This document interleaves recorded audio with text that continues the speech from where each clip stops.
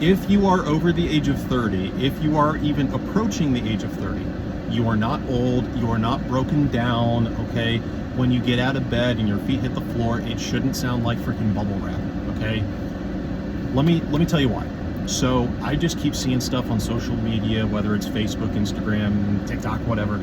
I'm not even on TikTok, but I'm sure it's, I'm sure I have no doubt it's on TikTok as well. Usually like this self-deprecating humor, and I don't mind self-deprecating humor, every now and then. But this subject in particular, where you got somebody being like, when you're a teenager, and it shows someone being like, ooh, moving around just fine. And then someone in their 20s, and it shows someone like moving around pretty good, but they're a little bit slower. And then someone in their 30s, and they're like, oh my back, oh no, oh. And it's just like, man, I reject it. Full stop, just wholesale. I reject that. The first couple of times it was kind of, tongue in cheek, haha. Man, listen. So when I was in my 20s, I dealt with a lot of hopelessness, a lot of depression. I was 335 pounds, and I'm down almost 100 pounds now, thank God. And even during that time, in my 20s, when I was super obese and just, whatever, even then I didn't really wake up with like aches and pains and, couldn't do like I could still do the things that I normally could do, just slower, obviously, or cumbersome. But then I became 30, and there was something that kind of clicked in me where I'm just like, I don't feel like I'm old. I don't feel like I'm breaking down here. Now, I'm not trying to project my experience onto everybody. As I said, I know that there are people that have chronic issues, chronic pain, illnesses, injuries, things like that. I am not talking about that. I'm saying if you are otherwise unafflicted, if you are otherwise, healthy, relatively speaking, you should not be waking up like you're freaking 80 years old, bones popping, and all that kind of junk. So what's the real issue here? It's not age. It's not, oh my gosh, when you turn 30, you just magically, your joints turn into, construction paper. It is perception. In my opinion, it's all about perception, and most importantly, it's all about health and the modern perception of like just hopelessness and can't do this, can't do that, because like helplessness, that's what I'm trying to say. Not necessarily hopelessness, but helplessness. This helpless culture of like, and I don't believe that people are doing it on purpose. I actually think that in a way it's kind of encroached on the general public in a way where it's like the people that are saying those things and making those jokes, like that's kind of like popular, and like I said, that's just something that I think is not okay anymore. I think it's time for us to elevate our thinking, especially now that, we are getting into our 30s or 40s or whatever, and we start understanding that it's like, listen, if you're in your 40s, it's not over. It is far from over. There is so much you could be doing. There's so much that can be put right. You can lose the weight. You can repair the relationships. You can start eating right. A lot of people, they say, oh, I'd die for my kids. Well, can you live for them? Can you eat right for them? Can you move your ass for them? Can you do that for them? Because guess what? It's not special if you say that you can die for your kids. Anybody would do that, okay? That's not special. Can you live for them?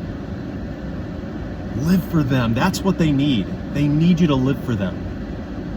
Be alive, and not just be alive, but like, not just be taking up space, but be alive, be passionate, be like ready to attack, like just, yes, be passionate. I'm sorry, I just got out of the gym, so I'm kind of excited here. Anyway, and then what's the other thing? I'm shoot, lost my train of thought. Oh, Lord help me. Yeah, anyway, so maybe I'll just end the video there. I don't know, but yeah. Anyway, can you eat right for your kids? Can you move your ass for your kids? Can you do the things that you need to do for your kids? All of that being said, I'm not trying to come down on anybody. I'm not trying to make anybody feel bad. I just want us to start elevating our thinking, as I said before. I want us to start getting our heads out of this helpless, hopeless, just, I'm 30, I'm broken down. That's right. I just remembered the other thing I was going to say. So that, like I said, that's in your 40s, in your 40s, it's not over yet. In your 30s, bro, that's your prime. You are in your prime right now.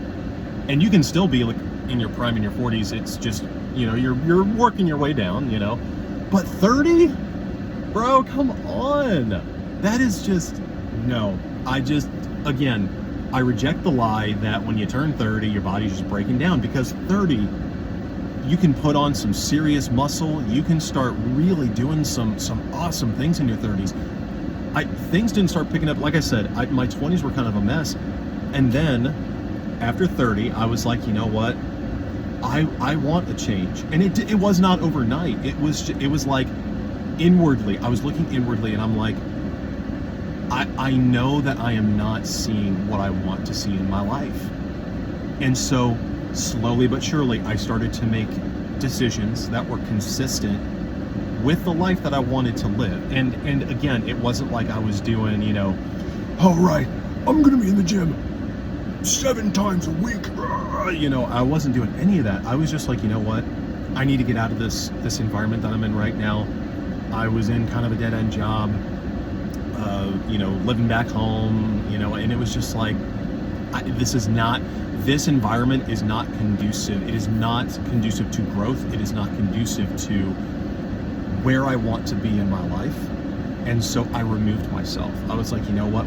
And what do I want? Because that was the question I asked myself. I was like, what do I really want? And I'm like, I want to live in an RV and live in my favorite place on planet Earth.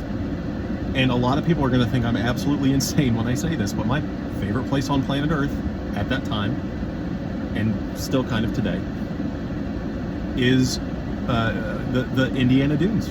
I love the Indiana Dunes. There's a lot of nostalgia there.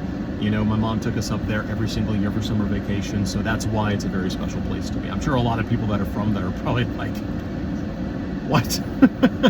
Of any place, you chose that? Yes, I did. So that's what I did. I bought an RV, and I moved up there with my best friend and lived up there for about 1.5 years. And incidentally, that was where I met my now wife.